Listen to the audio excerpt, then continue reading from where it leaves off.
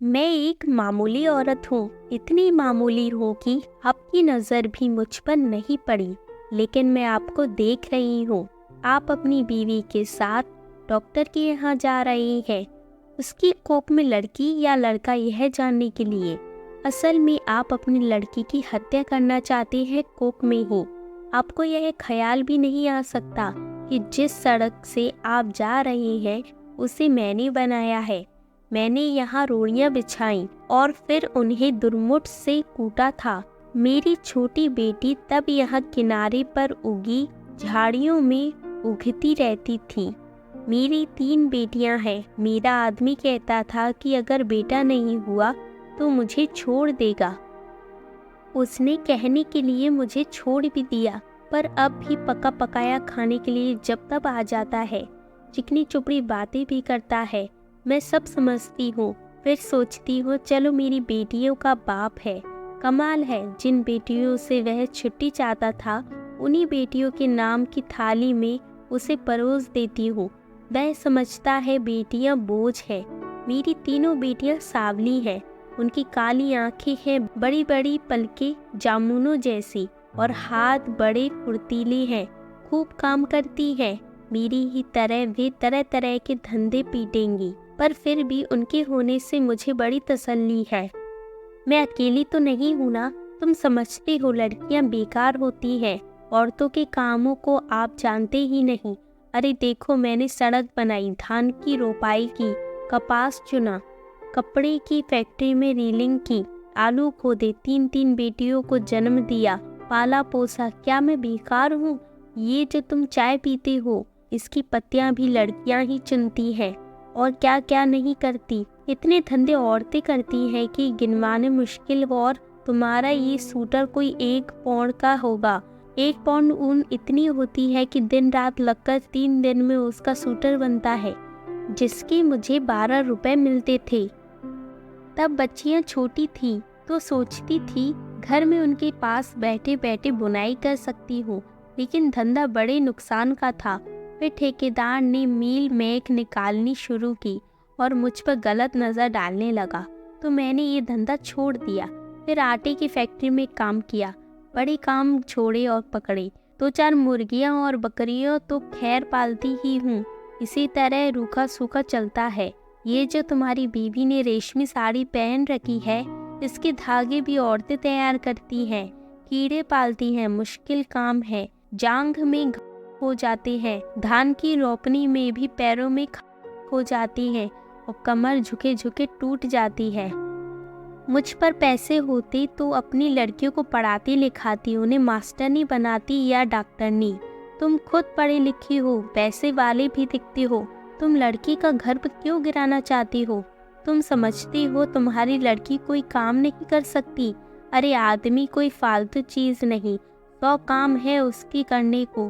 फिर इस तरह सोच समझ कर लड़कियों को मारना तो कुदरत से खिलवाड़ है। अगर मान लो तुम्हारे घर लड़का हो गया तो तुम क्या सोचती हो वो तुम्हें लड़की से ज्यादा प्यार करेगा? फिर लड़के बिगड़ते भी बहुत हैं। आजकल उनका ध्यान शरारत, ताश और मारपीट में ज्यादा हो गया है। मान लो लड़की ही पैदा हो जाए तो क्या? तुम उसे पढ़ाना लिखाना, वो तुम्हें खूब प्यार करेगी। लड़कियां माँ बाप को खूब प्यार करती हैं। तुम्हारे घर में रौनक होगी सो अलग से। तुम सोचते हो दहेज देना पड़ेगा, तो तुम उसे खाने कमाने लायक कर देना। दहेज मांगने वाले से शादी मत करना। हो सकता है आपको ऐसा लड़का मिल जाए जो बिना दहेज की शादी कर ले। अगर ना मिले तो क्या, वो कमाएगी खाएगी और तुम्हारा सहारा बनेगी। हो सकता है वह तुम्हारा नाम रोशन कर दे। तुम्हारे लिए क्या पैसा ही सब कुछ हो गया है, या दुनिया का डर अपनी बेटी से भी बड़ा हो गया है?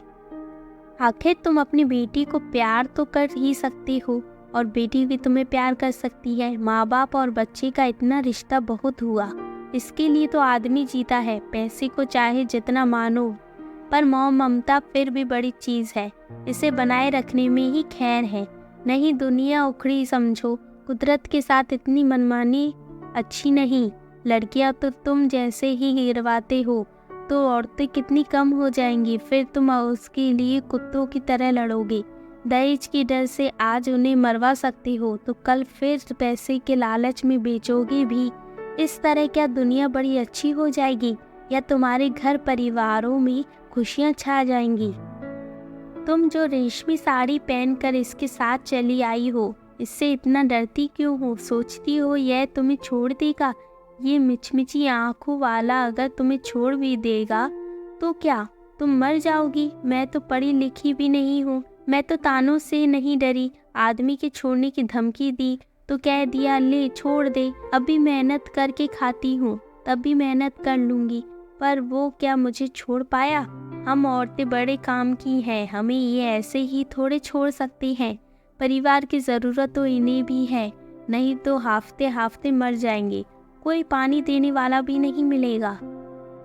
मैं तो कहती हूँ बेटी भी पैदा करो, दहेज भी मत दो और डरो भी मत। देखना दुनिया ऐसे ही चलेगी, इससे अच्छी चलेगी।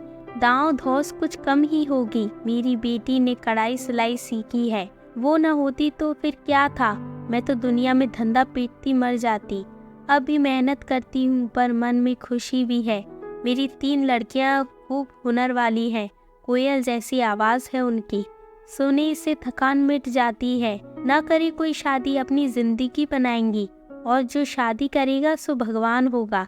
चलती हूँ, ये ठेकेदार आता दिखता है, आंखों से कम दिखने लगा है। ये जो सिनेमा है ना, इसे गिराना है। मालिक यहाँ पूरी बाजार भर दुकानें बनवाना चाहता है।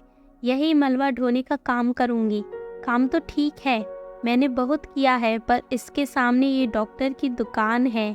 यहाँ लड़का लड़की टेस्ट होते हैं बस। इसे देख देख के मन में बेचैनी बनी रहती है।